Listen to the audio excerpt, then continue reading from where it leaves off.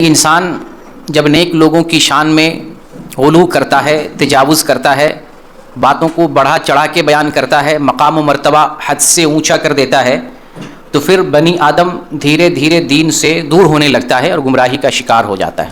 اللہ تعالیٰ ارشاد فرماتا ہے، یا اہل الکتاب لا تغلوا فی دینکم ولا تقولوا علی اللہ الا الحق، اے اہل کتاب تم اپنے دین میں غلو نہ کرو۔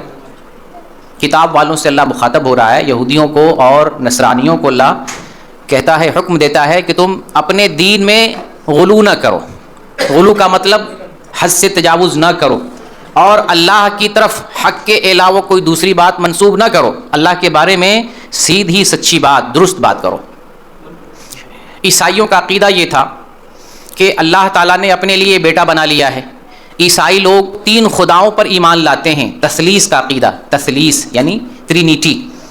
3 خداؤں پر عیسائی لوگ اعتقاد رکھتے ہیں، ایمان لاتے ہیں۔ 3 خدا، ایک تو خدا ہے ہی، پھر خدا کا بیٹا، اور ایک ہے روح القدس، اور یہ ایک معمہ اور عجوبہ ہے، یعنی یہ کہتے ہیں 3 ایک ہے یا 1 3 ہے، اس طرح سے ایک معمہ ہے ٹرینیٹی۔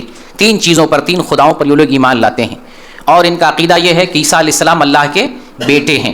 اسی طرح سے یہودیوں کا یہ عقیدہ ہے کہ عزیر علیہ السلام اللہ کے بیٹے ہیں، اور عرب کے لوگ، عرب کے مشرکین یہ کہتے تھے کہ ملائکہ اللہ کی بیٹیاں ہیں۔